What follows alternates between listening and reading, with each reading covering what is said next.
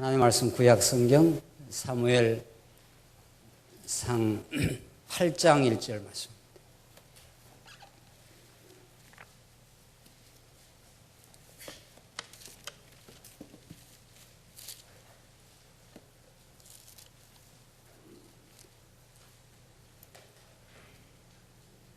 우리 하나님 말씀 구약 성경 사무엘상 8장 1절 말씀입니다. 찾으신 줄 알고 봉독 드리겠습니다. 사무엘이 늙어 자기 아들들을 이스라엘의 사사로 세우니 그의 장남 이름은 여엘이고 둘째 이름은 아비야였다. 그의 아들들이 사사로서 브엘세바에서 이스라엘을 다스렸으나 사무엘의 아들들이 그 길로 행하지 않고 이익을 따라 뇌물을 받고 잘못된 판결을 내렸다. 그러므로 이스라엘의 모든 장로들이 모여 라마에 있는 사무엘에게 가서 그에게 말하기를 보십시오. 당신은 늙었고 당신의 아들들은 당신의 길로 행하지 않으니 이제 모든 민족들처럼 우리에게 왕을 세워서 우리를 다스리게 해 주십시오 라고 하였다.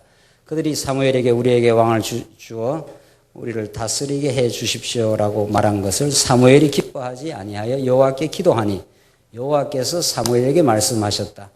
백성이 내게 하는 모든 말을 들어주어라. 그들이 너를 버린 것이 아니라 나를 버려 그들의 왕이 되지 못하게 하는 것이다. 7절까지 우선 봉독드렸습니다. 오늘 이 시간 통치 언약을 성취해 가시는 살아계신 우리 여호와 하나님에 관한 그 계시의 말씀을 우리가 상고하고 있습니다.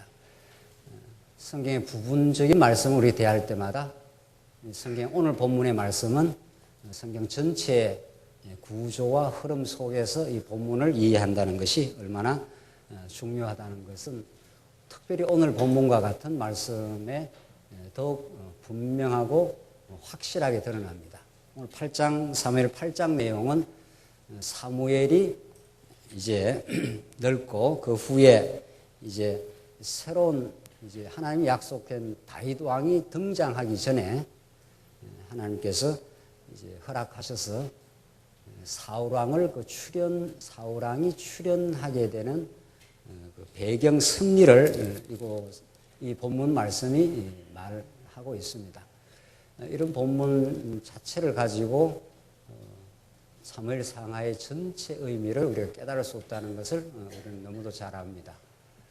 이스라엘 백성들이 그들의 진정한 왕이신 하나님을 망각하고 그들도 이방 나라처럼 왕을 구하는 그 장면, 그 왕을 구하는 그들의 요구를 사람 생각 같으면, 우리 생각 같으면 호통을 치고 허락하지 말았어야 되는 것 같은 그 내용이지만 하나님의 깊으신 계획 따라서 허락을 합니다.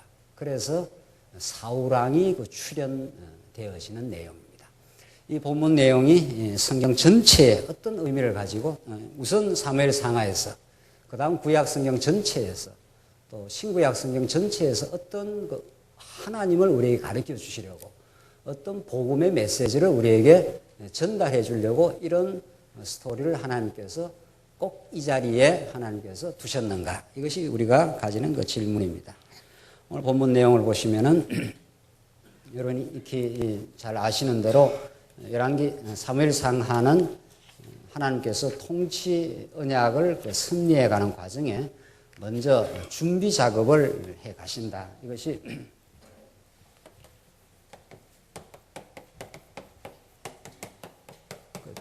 하나님께서 통치 언약을 이루시고 다윗 왕국을 창건하시는 과정에 먼저 준비 과정을 거친다. 그 준비 과정 가운데 첫 번째가 마지막 사사가 인 사무엘을 등장시켜서 이제 다윗 왕이 출현될 수 있는 그 준비 작업을 이제 그 밑그림을 이렇게 하나님께서 그린다 하는 걸 우리 지난 시간까지 확인했고 오늘은 이제 사울 왕이 출현입니다. 사울 왕이 이제 출현해서 내는 내용이 8장부터 계속 이제 전개됩니다. 사무엘상하 전체를 읽어보시면은 여러분들 집에 가셔서 사무엘상을 전체를 이제 한번 읽어보시고 정신 똑바로 차려가 읽으면 한 2시간 걸릴란지 1시간 걸릴란지 사무엘상 전체를 여러분들이 아시기 때문에 읽어보시면 사울 왕 스토리가 사무엘 하까지 갑니다. 그러니까 굉장히 사울왕 이야기가, 물론 이제 사울왕 사무엘상 후반부에 가면 이제 다윗이 등장하는데, 사울왕과 다윗이 계속 중첩되어서 사울왕의 그 집요한 그 추적을, 집요한 그 핍박을 피해 나가면서 이 왕으로 준비시켜 가는 과정이 사무엘상 전체에 나옵니다. 그러니까 얼마나 사울왕 스토리가 사무엘상하에 길게 그 자리 잡고 있는지 모릅니다. 하나님께서 아브라함에게 약속하신 것을 이제 다윗 시대에 하나님께서 이루시는데, 이삭, 야곱을 통해서 유다 지파에서 하나님께서 왕이 나온다. 이게 이제 약속 아닙니까? 우리가 지금 오늘 본문에 읽는 그 틀이 이렇습니다. 틀이. 오늘 이 다윗이 등장하기 전에 하나님께서 사울왕을 등장시키는 그 배경 그 이야기를 통해서 우리는 어떤 복음을 만나고 어떤 하나님을 깨달을 것인가. 이게 우리의 그 질문이 되는 거죠. 왜 하나님께서 유다 지파에서 왕이 나온다 했으면, 사울은 우리가 잘 아는 대로 베냐민 지파 아닙니까? 그 베냐민 지파에서는 왕이 될 수가 없는 거란 말이죠. 그러니까 당연히 유다 지파에서 난 누가? 다윗 왕이 하나님의 약속한 나라를 그 통치하는, 지금 우리가 통치 언약 아닙니까? 통치 언약 성취 섭리를 지금 해가는데, 하나님이 그냥 유다 지파에서 나기로 했으니까 뭐 이런 것 사울왕 등장시킬 필요도 없고, 사울왕 없었으면 다윗이 고생할 이유도 없고, 그냥 다윗 왕을 통해서 나라를 얼마든지 이루어질 수가 있습니다. 하나님은 그렇게 안 하시고 오늘 드디어 사울왕이 출연하는 그 배경 스토리를 이렇게 깔아갑니다. 여기에 하나님의 깊으신 작정한 뜻이 있고 하나님의 놀라운 주권적인 그 승리의 계획이 있는 거죠. 이걸 읽어야 우리가 진짜 다윗 왕이 출연하기까지, 또 빛으로 오신 다윗보다 더 우월하신 예수 그리스도가 등장하기 전에 어둠을 까시는 하나님의 그 승리, 이런 하나님의 놀라운 승리가 오늘 이 9장 내용에 있습니다. 한번 읽어보십시다. 9장 보시면은 9장 사울왕이 드디어 이제 등장하기 위해서 백성들이 어리석게도 또 불신앙적으로 하나님의 왕되심을 망각하고 인간 왕을 지금 이제 요구하는 장면이 나옵니다. 보십시다. 사무엘이 늙어 자기 아들들을 이스라엘의 사사로 세우니 그의 장남 이름은 여엘이요 둘째 이름은 아비야였다. 그의 아들들이 사사로서 브엘세바에서 이스라엘을 다스렸으나 사무엘의 아들들이 그의 길로 행하지 않고 이익을 따라 뇌물을 받고 잘못된 판결을 내렸다. 그러므로 이렇게 되어 있습니다. 성경에. 그러니까 이 이스라엘 백성들이 왕을 구할 수 있는 빌미가 딱 생기는 거죠. 아주 합리적인 그 근거가 생깁니다. 그냥 사무엘 혹은 그 아들들이 그냥 하나님 나라를 잘 다스렸으면은 왕을 요구할 수 있는 그 빌미가 없지 않습니까? 아주 그런 빌미가 딱 생깁니다. 아주 합리적인 그 빌미가 생깁니다. 그러니까 합리적인 것과 신앙적인 거랑 아주 다른 거죠. 그러니까 상식적이고 합리적이기 때문에 이 일은 이렇게 해야 된다, 이렇게 이제 그 주장을 할 수가 있는 거죠. 그러나 그 신앙적이고 계시적인 하나님의 뜻은 상식적이고 합리적인 거하고 다르다는데 이제 우리 성경의 놀라움, 이 계시의 놀라움이 있는 거죠.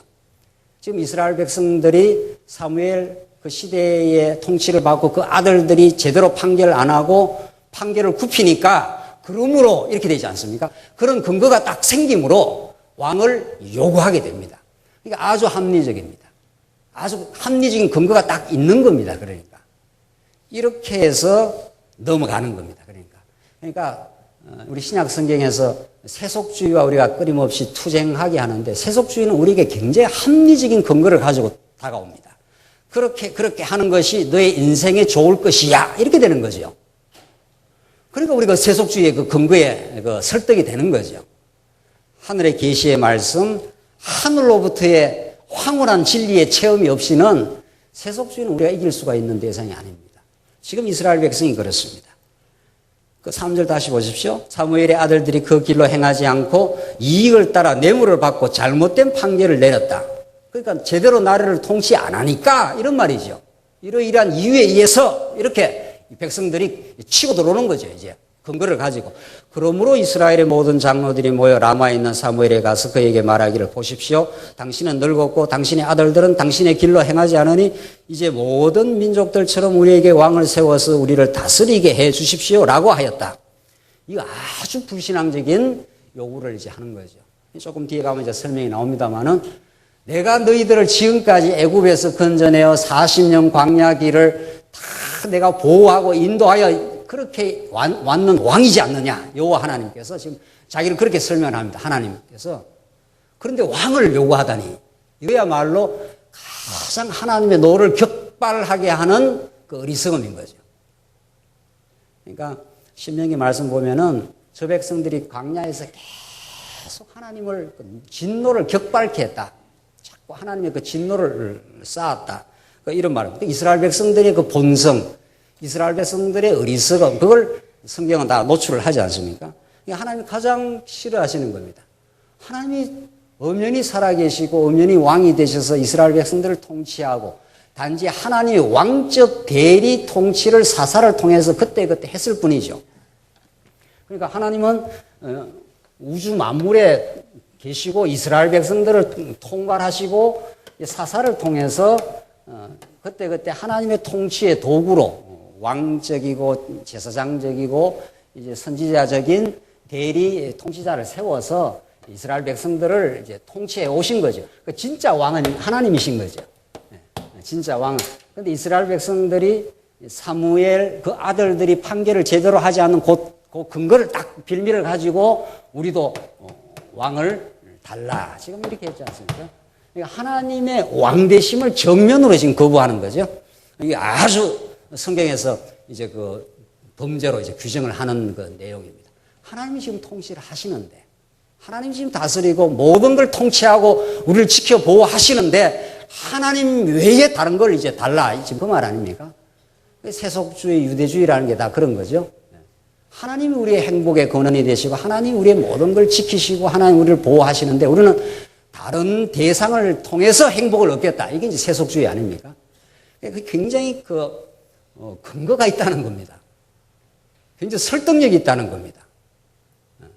지금 제대로 통치가 되지 않지 않느냐. 사무엘은 늙었고 그 아들들은 판결을 제대로 안 하고 이렇게 하면서 하나님의 통치를 믿지 않는 거죠. 그걸 이제 하나님이 어떻게 처리하시고 어떻게 인도해 가시고 어떤 하나님을 보여주시는가. 이게 이제 문제예요. 지금 문제는. 그래서 6절 그들이 사무엘에게 우리에게 왕을 주어 우리를 다스리게 해 주십시오라고 말한 것을 사무엘이 기뻐하지 아니하여 여호와께 기도하되. 당연하죠. 너희가 어떻게 여기까지 인도가 되어 왔는데 어떤 하나님의 은혜의 섭리 가운데 언약적 섭리 가운데 인도되어 왔는데 왕을 달라니. 지금 그런 말이죠. 사무엘이 이제 마음에 그 슬픔이 찾아오는 거죠. 이것들이 이럴 수 있냐 뭐 이렇게 나가는 거죠. 7절 여호와께서 사무엘에게 말씀하셨다. 백성이 내게 하는 모든 말을 들어주어라. 그들이 너를 버린 것이 아니라 나를 버려 그들의 왕이 되지 못하게 하는 것이다. 이게 하나님의 평가 내용입니다. 이 백성들이 마지막 사사인 사무엘을 버린 게 아니라 진짜 하나님을 나를 지금 버린 그 범죄 불신앙을 지금 하는 것이다. 그러면 그걸 하나님께서 호통을 쳐가지고 그 요구를 묵살을 해야 될 것 같지 않습니까? 그 잘못된 요구를 지금 하고 있는 거란 말이죠. 참 정말 그러니까 하나님이 그 뒤에 이제 계속 이래서 이제 사울 왕이 이제 등장하게 되는 배경이 이루어진 거고 그 사무엘 스토리가 사무엘 상 끝까지 갑니다. 끝까지 다윗을 집요하게 추적을 하고 아주 막 그 시기와 악독이 다윗을 얼마나 괴롭히는지 모릅니다. 창을 내던지질 않나 끝까지 추적해서 웬만한 사람 같으면 다윗이 뭐 숨었다 가면 그냥 자기가 지금 실권자인데 나라를 통치하면 될 것 같은데 그렇게 하지 않습니다. 다윗을 얼마나 추적하고 다윗에게 고통을 주고 그것이 다윗을 다윗되게 만들어 가시는 하나님의 치밀한 계획된 뭐라는 겁니까? 준비라. 우리는 그렇게 이 본문을 읽는 거죠. 그래서 우리는 이 본문 내용을 하나님께서 통치 언약을 하나님께서 이루어가기 위해서 다윗 왕국을 창건하시는데 그냥 창건도 할 수 있어요. 그냥 있지 않습니까? 그냥 뭐 유다 지파에서 하나님께서 다윗 왕을 창건하면 되는 거지요. 그냥 창건하면 이것이 하나님의 능력으로 하나님의 신실함으로 된 것이 아니라 내가 잘나서 될 수도 있다. 이렇게 인간이 자고하게 되기 때문에 하나님이 그렇게 안 합니다. 사울왕을 등장시켜서 처음에는 아주 사울왕이 또 잘 나가지 않습니까? 전쟁에서 승리도 하고 처음에는 잘 나갑니다. 그런 다음에 골리앗 앞에 완전히 기가 꺾이고 다윗이 등장해서 골리앗을 때려 눕히고 그때로부터 다윗이 이제 3차의 시련을 겪는 이로 말할 수 없는 고난의 세월을 다윗이 겪어가지 않습니까? 그러니까 이 세월을 하나님께서 미리 조정하시고 예비하셔서 하나님의 섭리 가운데, 계획 가운데 그렇게 사울왕을 등장을 시켜나가는 거죠. 그게 준비입니다. 그러니까 이 준비 과정이 치밀하고 치열할수록 하나님께서 다윗 왕을 통해서 드러내시는 하나님의 놀라운 역사를 이제 하나님께서 드러내시겠다 이런 뜻이죠. 어저께 이렇게 조금 쉬면서 TV, CT에서 기독교 방송을 들었어요. 한국의 유명한 어떤 분이 나오셔가지고 마침 이 사무엘 상하를 강해를 해요. 아이고 눈 귀가 번쩍 띄어가지고 어떻게 하는가 궁금하지 않습니까? 여러분 궁금하지 않습니까? 사무엘 상하를 강의를 하니까 궁금하지 않습니까? 그래서 제가 이사를 하다가 막 짐을 치우다가 올스톱을 하고 그걸 한번 봤습니다. 끝까지 한번 들어봤습니다. 나무 설교 듣는 거 쉽지 않는데 끝까지 한번 들어봤습니다. 정말 그런 걸 갖다 기가 막히고 코가 막힌다. 그 제목이 하나님이 응답하지 않을 때 제목이 그렇게 되어 있어요. 제목 자체가 하나님이 응답하지 않을 때. 이게 사울 스토리. 또 오늘 이 스토리. 사울 스토리. 사울이 하나님 앞에 불순종했다. 아멜렉하고 전쟁해갖고 뭐 좋은 소는 쥐가 다 취하고 하나님이 싹 썰으라 하는데 안 썰고 결국 불순종을 해가지고 하나님이 나중에는 하도 불순종을 악독하게 하니까 하나님이 응답지 않습니다. 이제 스토리가 그렇게 끝나요. 그러면 그 듣는 청중은 뭐를 생각합니까? 아, 이 불순종하면은 하나님이 응답하지 않아서 망했구나. 하나님이 응답을 안 하면 지옥 가든지 문수가 날 거 아니에요. 그러니까 그런 설교 듣고도 마음이 뜨거워지더라고요. 그러니까 좋은 설교 듣고도 마음이 뜨거워지는 게 아니라 그러니까 여러모로 하나님께서 역사를 하시는 거죠. 아, 그거 듣고 정말 마음이 뜨거웠습니다. 집사람한테 야, 진짜 화음이다, 화음. 화음 모릅니까? 복음 말고 화음 말이죠, 화음. 복음이 아니라 그 화음 아닙니까? 하나님이 응답하지 않을 때, 그 사울왕이 불순종하면은, 사울왕이 불순종했기 때문에 하나님이 응답하지 않습니다. 그 말이에요. 그게 화음 아니냐 말이죠. 그분을 우리가 무슨 폄하하고 비난하는 게 아니라, 하필 또 TV 트니까 그게 나와요, 그게 또. 참, 정말 마음이 뜨거운 거죠, 우리가. 이 사울왕 스토리는 하나님께 치밀한 계획 가운데 탕자를 하나님께서 그냥 묶어놓지 않고 한번 내보내가지고 간다고 요구했을 때 내보내서 대주울의 경험을 시켜 돌아오게 하셔서 하나님께서 그 탕자로 하여금 하나님 아버지의 마음이 얼마나 놀라운 것인가를 깨닫게 하시려고 하나님께서 그 아버지가 눈물을 머금고 보낸 거 아닙니까? 지금 이 요구를 지금 들어주는 거란 말이죠. 사울왕의 불순종은 예견된 것이고 예비된 것이고 준비된 사건이라. 왜? 하나님께서 하나님이 보내시는 유다 지파에서 난 다윗이라야 이 나라를 통치할 수 있다는 걸 깨닫게 하기 위해서 사울은 베냐민 지파니까 왕이 안 된다 이 말이거든요. 안 된다는 걸 한번 경험을 해야 되는 게 하나님의 뜻이라는 걸 알지 않습니까? 그래서 사울왕 스토리는 꼭 필요한 거죠. 그래서 사무엘상 계속 이 말씀이 사울왕의 스토리가 계속 전개되는 거죠. 그러면서 다윗과 계속 중첩을 이루면서 사무엘 상하가 그렇게 진행이 됩니다. 하나님이 하십니다. 하나님 유대 지파에서 약속한 대로 다윗이라야 다윗이라야 이 나라가 통치가 됩니다. 이 나라의 평강과 자유가 옵니다. 그 말 아닙니까? 다윗보다 더 우월하신 예수 그리스도가 이 땅에 출현하셔야, 그가 이미 출현하셨고 그의 통치 속에 우리가 지금 살아가고 있습니다. 그분이 우리를 자유의 세계로, 그분이 우리의 평강을, 우리는 불순종했지만은 이 말 아닙니까? 우리는 다 사울처럼 다 불순종 많이 하고 살지 않습니까? 왕이 번히 살아계신데도, 하나님이 살아계신데도 염려하고 걱정하는 게 불순종 아닙니까? 그래도 하나님은 신실하셔서, 그래도 하나님은 살아계셔서 내가 다윗을 보내고야 만다. 우리는 성경 많이 안 읽어도 이제 이 전체 스토리를 알고 있지 않습니까? 이스라엘 백성은 한 일이라고는 범죄밖에 없다고요. 그 뒤에 나옵니다. 한번 읽어봅시다. 8절, 내가 그들을 이집트에서 인도하여 낸 날부터 오늘까지 그들이 하는 일마다 나를 버리고. 나오죠? 이게 하나님의 평가예요. 이스라엘 백성들 하는 일마다 누구 버린 일밖에 없습니까? 네, 광야에서 한 일이 다 그런 거 아닙니까? 광야에서. 이스라엘 백성들을 하나님께서 큰 놀라운 이적을 통해서 유월절 재앙을 통해서 건져내 줬는데도 이스라엘 백성들은 하나님을 기억 안 합니다. 모세가 조금 올라가서 늦게 내려오는 그 사이에 뭐를 만들어 놓고 이야기합니까? 금송아지를 만들어, 이게 우리를 애굽에서 건져낸 신이라. 그게 우리 옛사람 속에 있지 않습니까? 신앙이랑 우리 옛사람 속에 그런 것이 있다는 걸 깨닫고 복음을 깨닫는 거 아닙니까?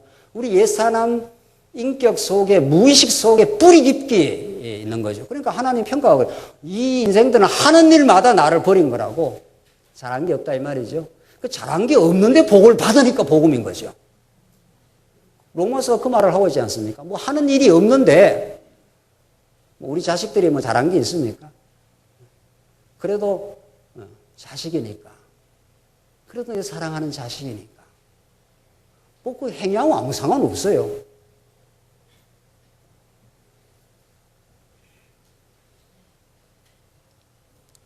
그들이 하는 일마다 나를 버리고 다른 신들을 섬겼던 것처럼 내게도 그렇게 하는 것이니, 그러므로 이제 너는 그들의 말을 들어주되 그들에게 엄히 경고하고 그들을 다스릴 왕의 제도에 대해 알려주어라. 너무 개념하지 말고, 그 인생들 늘 그런 인생들이었으니까 이제 왕을 세워달라는 그 제도가 어떤지 알려줘라. 알려주고도 계속해서 고집을 피우면 그대로 하게 해라. 그래서 그 왕의 제도, 인간 왕의 제도가 얼마나 참담하다는 걸 경험하도록 하라. 지금 그 말이죠. 탕자가 나가서 나는 아버지 없이도 행복할 수 있습니다. 내 분기 내주시오. 아버지 기가 막히는 거죠. 이걸 어떻게 해야 되나, 이거를. 그 아버지는 그 탕자의 마음보다 더 크고 위대하신 그 아버지가 내주지 않습니까? 이 가면 망하는 거 알고 있죠? 갔다 와야 아버지 마음을 알지 않습니까? 갔다 와야 아버지 마음을 알죠. 고생 바가지로 해봐야 아버지 집이 좋은데, 이렇게 되는 거 아니에요? 아버지 집이 좋은데.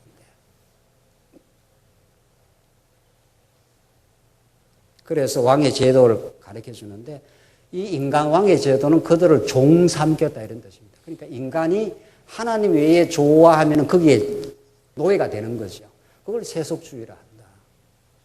하나님 외에 다른 걸 더 섬기거나 하나님 외에 그걸 더 사랑하거나 그걸 의지하면 그것이 자기를 자유케 하는 게 아니라 그 대상이 우리를 사로잡아 버리는 거죠. 그래서 완전히 노예로 만들어 버리는 거죠. 현대인들이 돈을 좋아하니까 전부 돈의 노예가 되는 거 아닙니까? 우리도 다 돈 좋아하는데 우리는 돈보다도 훨씬 좋은 게 있으니까 돈의 매력으로부터 조금씩 자유하게 되는 것 뿐이죠. 그러니까 우리가 좋아하는 그 대상이 우리를 자유케 하는 게 아니라 우리가 그걸 의지하고 하나님 외에 그걸 더 바라보고 그걸 의지하고 사랑하면 그게 우리를 종 삼아버린다. 우리를 완전히 노예로 장악해버린다. 질질질 끌고 다닌다 이 말 아닙니까? 돈 때문에 명예 때문에 울고 웃고. 10절, 사무엘이 왕을 구하는 백성에게 여호와의 모든 말씀을 전하여 말하였다. 너희를 다스릴 왕의 제도는 이러하다. 그가 너희 아들들을 데려다가 그의 병거를 관리하고 아들들을 데려다 병거를 관리하고 전부 징병해가지고 강제 징집을 해갖고 이렇게 노예로 삼아버리겠다 이 말입니다. 기마병이 되게 하며 그들이 그의 병거 앞에서 달리게 될 것이고 또한 그를 위하여 1000부장과 50부장을 삼고 그의 밭을 갈게 하며 그의 곡식을 추수하게 하며 전부 일시켜 먹겠다. 전부 노예로 삼아서 일시켜 먹겠다.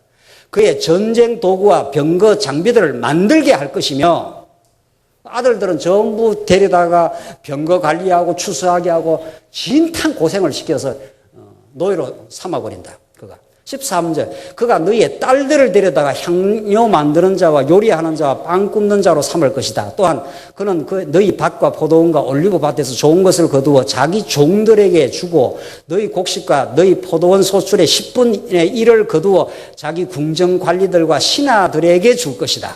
또한 너희 남종들과 여종들과 빼어난 젊은이들과 나귀들을 끌어다가 그의 일을 시키고 전부 하수인 삼아서 전부 고생시킨다 이런 뜻입니다.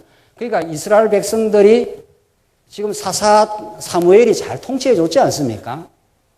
그러면 우리 사람 생각 같으면 사무엘을 하나님이 보내신 거니까 하나님 우리를 통치해 가시겠지 이렇게 믿는 게 믿음인데 그렇지 않아요. 그렇지 않고 우리도 이방 나라처럼 왕을 달라. 왕이 있으니까 막 일사불란하게 그들이 움직이고 전쟁도 잘하는 것다. 이게 백성들의 참 어리석음이었습니다. 이걸 하나님이 아십니다. 하나님 아시고 그걸 해봐라 그럽니다. 한번 네가 이 왕의 통치 속에서 한번 살아봐라. 그러면 너희 아들들을 전부 강제로 징집해서 막 기바병을 삼고 고생시키고 딸들을 징집해가 요리하는 사람 만들고 일시키고 완전히 백성을 노예로 질질질 끌겠다 이런 뜻입니다. 이 인간왕이 이게 신약적으로 신령한 의미로 말하면 이게 세속주의 아닙니까? 하나님 보내신 예수 그리스도 안에서 우리는 진정한 참 행복이 있는 건데 그분의 은혜 속에 우리가 사는 건데 그분이 우리를 지키고 보호해 오셨는데 그가 우리를 인도해 가시기 분명하지 않습니까? 근데 그걸 깊이 깨닫기까지는 내가 요구하는 내가 바라는 대로가 돼야 되겠다. 그러면 그것이 너희를 행복하게 해줄 것 같으냐 이 말이죠. 권력을 좋아하면은 권력자의 하수인이 되는 거죠.